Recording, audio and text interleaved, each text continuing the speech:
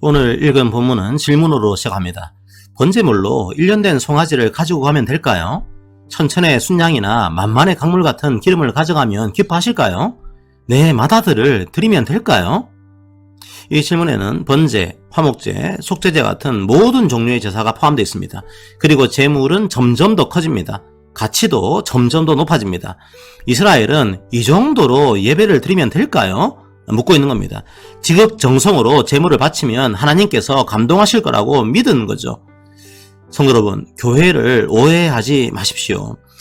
굳이 종교라는 표현을 쓰자면 기독교는 지극정성의 종교가 아닙니다. 기독교는 언약의 종교입니다. 최대한 신에게 정성을 다하면 신이 그 정성에 감동해서 우리의 요구를 들어주시는 그런 종교가 아닙니다. 그건 이방의 종교입니다. 그런데 왜 이스라엘은 이방 종교처럼 질문하고 있는 걸까요? 성경은 이스라엘 백성을 귀가 있어도 듣지 못한다고 평가했습니다. 눈이 있어도 보지 못한다고 평가했습니다. 귀가 있어도 듣지 못하는 존재, 눈이 있어도 보지 못하는 존재, 도대체 누구입니까? 바로 우상입니다. 그레고리 빌은 사람은 자기가 예배하는 대상을 닮게 된다고 말합니다. 이스라엘은 그 우상을 닮아가고 있는 겁니다. 그러면서 어떻게 정성을 다해야만 소원을 들어주는지 묻고 있는 겁니다. 그 질문에 대해 오늘 성경은 무엇이라고 답변하고 있습니까? 8절을 보십시오. 하나님께 드릴 만한 선한 것이 무엇입니까? 이미 알려주셨다고 말합니다. 이미 보여주셨다고 말합니다. 그걸 성경은 계시라고 말합니다.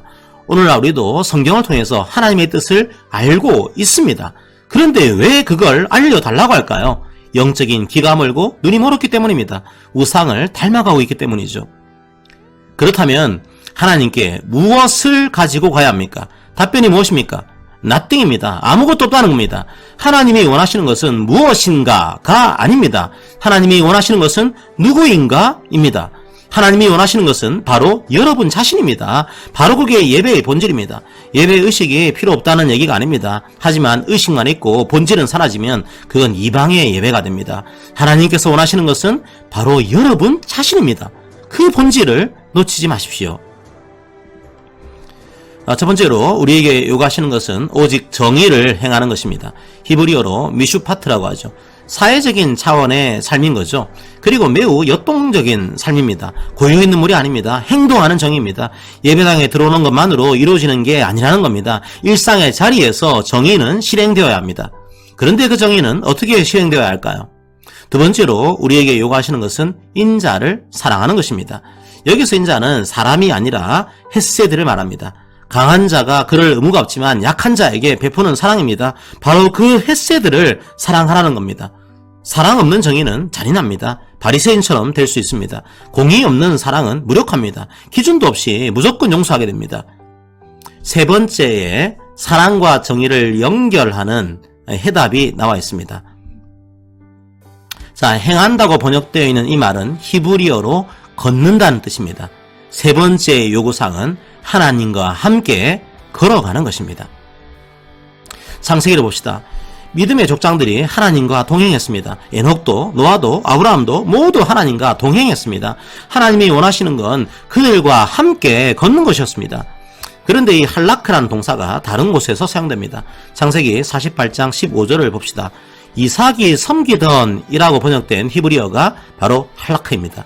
바로 예배의 본질이 할라크라는 겁니다. 예배의 본질이 무엇입니까? 하나님과 함께 걷는 것입니다.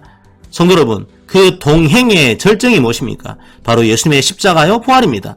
그리고 그걸 믿는 자들과 하나님께서 함께 걸어갑니다. 성도 여러분, 세상은 무언가를 가지기 위해서 예배합니다. 그리고 무언가를 가지고 와서 예배합니다. 하지만 하나님께서 원하시는 것은 무엇입니까? 우리와 함께 걷는 것입니다. 하나님과 함께 정의를 행하는 것입니다. 하나님과 함께 헷세드를 행하는 것입니다. 우리의 힘으로는 할 수 없다는 것을 아십니다.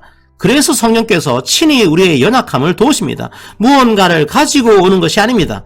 여러분 스스로가 이 자리에 나오셨기를 원합니다. 그리고 이제 이 공예배를 마친 후에 여러분들의 일상의 삶에서 하나님과 동행하시기를 바랍니다. 주님과 함께 걷는 그 기쁨이 여러분들의 지치고 고단한 삶을 채우시기를 기도합니다. 아멘.